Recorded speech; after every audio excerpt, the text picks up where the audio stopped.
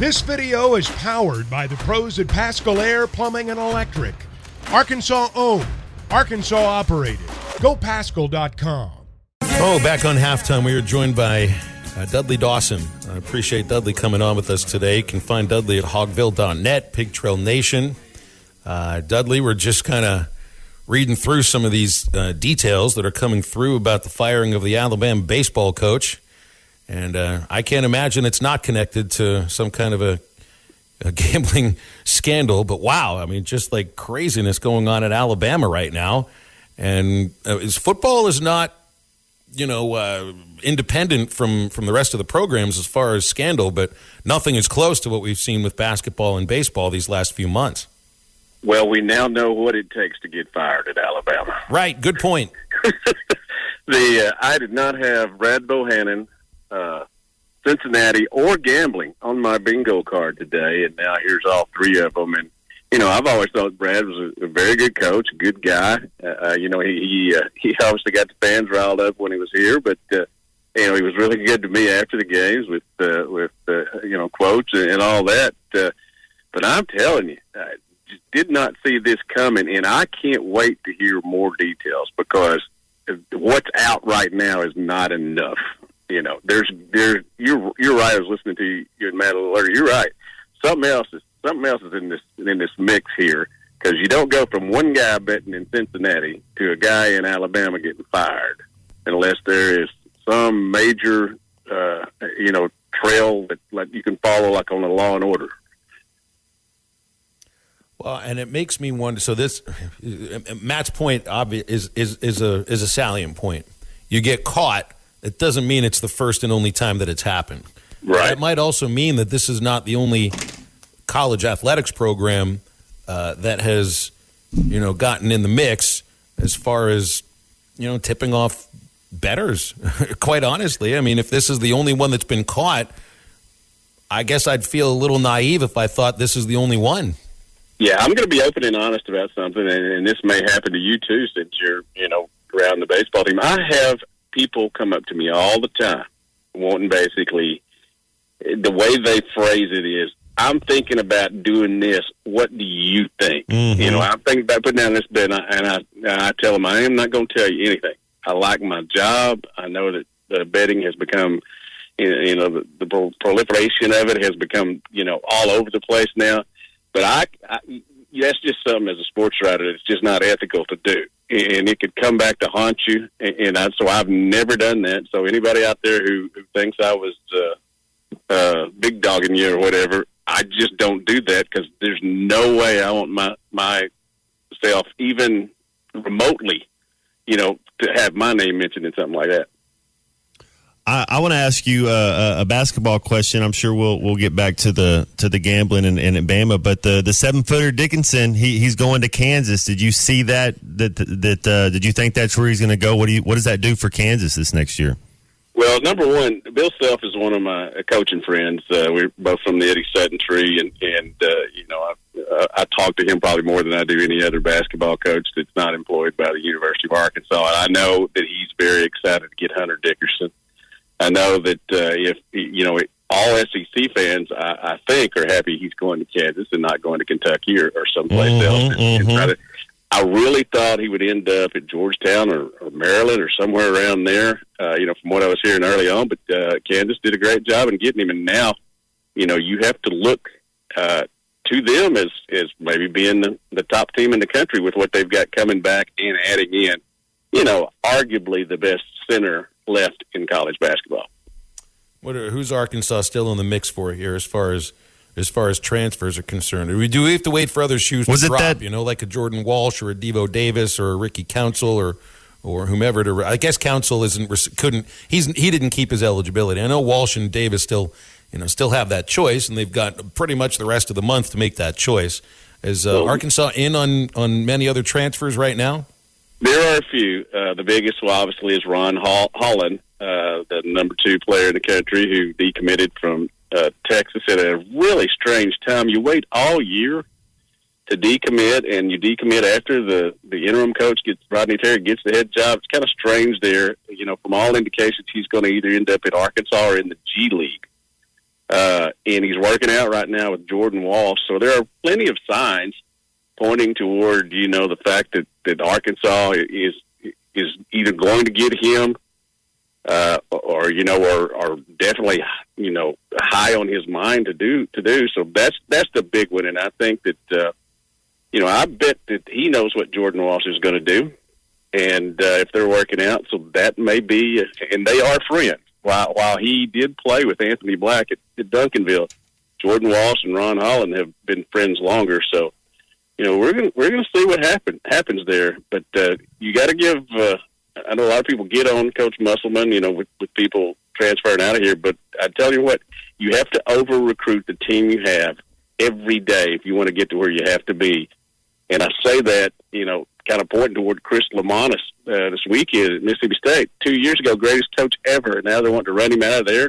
He's had to let go of his pitching coach. You got to just keep recruiting and not worry about feelings most of the time. Yeah, that Mississippi State pitching coach, Matt Foxhall, he won college baseball's equivalent of the Broyles Award. They won the national title 2 years later. Gone. Doesn't even finish the season. Yeah. Dudley, I want to ask about that, the G, I think it's the Ignite team in the G League where these essentially like 18 or 19-year-old kids are playing. It is professionally. It's not semi-professionally. But what is an advantage to playing there in front of almost nobody? And maybe you're playing a few more games in comparison to playing at Arkansas in the SEC, where your competition feels like it might mean a little bit more. Two things, but I think that those are probably going to be a little overblown. One of them is you do not have to go to school. You can just concentrate on basketball day in and day out, and you do that, with an agent.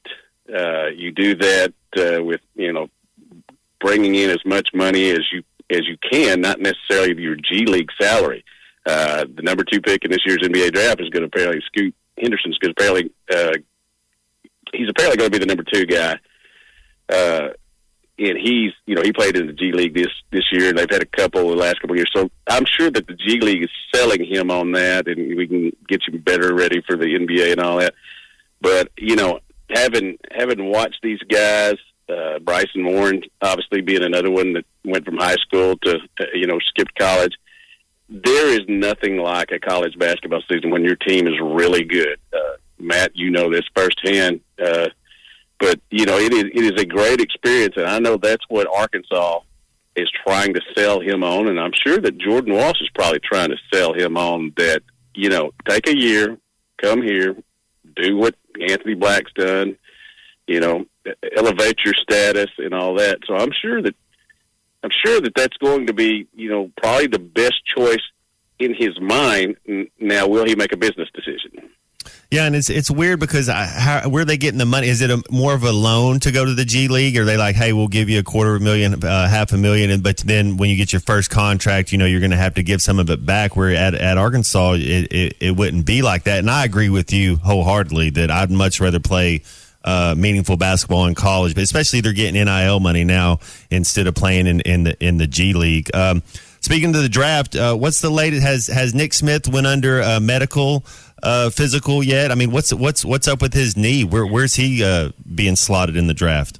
About as much information has come out since he quit playing at Arkansas than it did when he was playing at Arkansas. I mean, they keep that awfully quiet. From all the mock drafts, you still hear he'll be a top 15 pick. Anthony Black's obviously projected higher than him because there's a bigger body of work on the college scene this year. I expect him to still get drafted high. I hate that the year went the way it did for him, both in terms of him being injured and really, to a certain extent, Arkansas fans turning on him, which I know that's how things work, but I think he's going to be fine. But that's a situation where Clutch Sports, he signed with them even before he got here in an advisory role or whatever. And that's another thing with Ron Holland. You don't have to be in the G League to be taken care of by your people. Yes, yeah. So, but we'll see with Nick. I've always thought he was a great young man, and love his family. I First time I saw Nick, he was in the 8th grade at an AAU game at Fayetteville High, and I could tell he was going to be pretty good then. I didn't know he was going to go this high in the draft, but it's gonna be a fun draft for Arkansas people to watch, and I personally hope that one of these guys slips to the Celtics. But I don't know who all turned on Nick. I'm certainly supporting the kid. I want the kid to have success. It's just he didn't produce. He was not very good this year. And you know what? What would have been the best thing for Nick Smith was to come back and be an Arkansas Razorback another year and do what Anthony Black did, and then be the number 4 overall pick in the draft. It's like who's giving him that advice? It's like I just wonder who these kids are talking to. And then Jordan Walsh and Ricky Council, 53rd, 54th ranked player on the big board. It's like, dude, what are you guys doing, man? Get your butt back in there in college and get to working on your game. The 53rd player, I mean, what? You're not going to be making the squad. You're not playing anywhere if you're the 53rd player in the basketball draft. You are going to be playing in the G League. Yeah. I'd much rather go play in Rupp Arena and play against Kentucky, or go in Knoxville and play against Tennessee and go to all. I mean, I'd much rather do that and try to win a national title than riding the whatever bus they're riding to play a game in front of 500 people. Well, I can tell you that Adele's boyfriend or / fiance is the one telling them to go. Rich Paul or whatever. Yeah. They're not worried about these kids. They're worried about themselves is the thing. Absolutely. They're worried about cashing in. Yeah. And making sure that the kid cashes in so that they can cash in too. Get that 3% or whatever it is. Dudley, I'm going to play a quick game with you here. I'm going to let you either complain or exalt first. I'll let you do both of them, but what do you want to do? You want to complain or you want to exalt first? Complain. Cardinals. You guys should have won last night against the Angels, but my gosh, Gallegos was the right pick to come on in the 9th inning. He's been pitching well and back-to-back jacks, and the Boo Birds come down, and St. Louis has the worst record in Major League Baseball, and go ahead and complain. Ollie Marmaro, I've supported you. I thought your decision to get on Tyler O'Neill was right, but clearly it didn't work out for you. It looks like you've lost the locker room. You've lost me, and that takes a lot. But to have the worst record in the National League, when I have been a fan for 60 years and all we do is win, I don't like this feeling that apparently Chicago Cubs fans have had for all but 1 year of the last 110 or whatever it is. This sucks. I'm ready for a change. It's time to blow it up. I could be really mean and just end the segment here and not let you exalt and lie, but I'm not going to do that. Dudley, Celtics, exalt away. One last night without a big effort from Jason Tatum. Got to get him right. I have a son named Brooks, named after Brooks Robinson, of course, who married into a Philadelphia fan family. He called me and told me that, probably 6 months ago, that he had decided that he was going to become a Philadelphia fan. And I said, okay, I kind of understand that, with the wife and all that. I get it. I said, but you are going to be inundated with text from me when the Celtics beat the 76ers. The first game didn't work out very well for me. He sent a nice text, but it was biting sarcasm, which he learned from me. I got all over him last night. So you're not lying with you hold Jason Tatum to 1 of 7 and 7 points in 19 minutes, and you get your guy Joel Embiid back. I thought Boston, they shot the 3 well, and they kind of picked their spot. It was kind of a weird game to watch. It wasn't really that exciting, but I think the Celtics got Philly in this series. Yeah, I still hope so. And obviously, it's Game 3 and Game 5. I think will be two big things. But it's strange, man. Vintage Harden in the first game, and then you bring back the MVP, and they certainly didn't play with the sense of urgency they did that first night, and Celtics did. So, what do you think? You got time? I want to ask you about the Lakers Warriors real quick. And who do you got in that series? How do you see that going? With all apologies to my good friend Otis Kirk, who is a Los Angeles Lakers fan, I have a great deal of respect for LeBron James. I think he's the number 2 player of all time. Michael's number 1. Mm-hmm. But I've never liked LeBron. And so I like Seth Curry, so that makes my decision on that series. Plus, I'm a Celtics fan. We can't. It makes sense now. I knew it before. The only time I've ever rooted for the Cubs was when Drew Smiley had the perfect game going.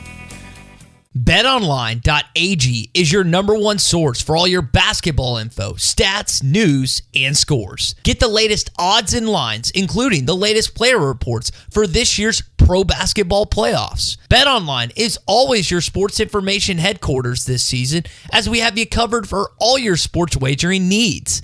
Basketball, MLB, NHL hockey, right down to UFC and boxing. BetOnline is the fastest and easiest way for you to get your betting info, including live betting options and your favorite casino and card games you can play right from your home. Head to the website today or use your mobile device to get in on the action. Be sure to use our promo code BELIEVE to receive your 50% welcome bonus on your first deposit. That's BLEAV. BLEAV. Bet online, where the game starts.